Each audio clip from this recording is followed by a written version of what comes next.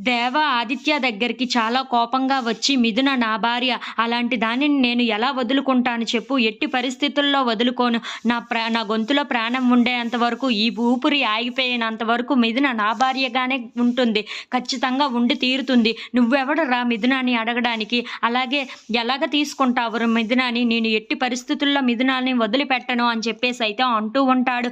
ఆ మాటలు వినగానే అక్కడ ఉన్న ఆదిత్యకైతే చాలా కోపం వచ్చేస్తూ ఉంటుంది. "ఏంటి? నీ గొంతులో ప్రాణం ఉన్నంత వరకు వదిలిపెట్టవా? సరే, ఆ ప్రాణాన్నే తీసేస్తే సరిపోతుంది కదా" అని చెప్పేసైతే చాలా కోపంగా దేవ వైపు చూసుకుంటూ మనసులో అనుకుంటూ ఉంటాడు. ఇంతలో అక్కడ ఉన్న దేవ మాత్రం, "ఎవడ్రా నువ్వు? మధ్యలో వచ్చి మిథునాను నాకు ఇచ్చేయి, నీకు ఎంత కావాలండి అంత ఇస్తాను అనడానికి. నా మిథునాని ఎట్టి పరిస్థితుల్లో నేను వదులుకునేదే లేదు" అని చెప్పేసైతే పక్కకు తిరిగిపోతూ ఉంటాడు. ఇంతలో అక్కడ ఉన్న ఆదిత్యకైతే చాలా కోపం వచ్చేసి తన దగ్గర ఉన్న రివాల్వర్‌ని తీసి తనకి షూట్ చేయబోతూ ఉంటాడు.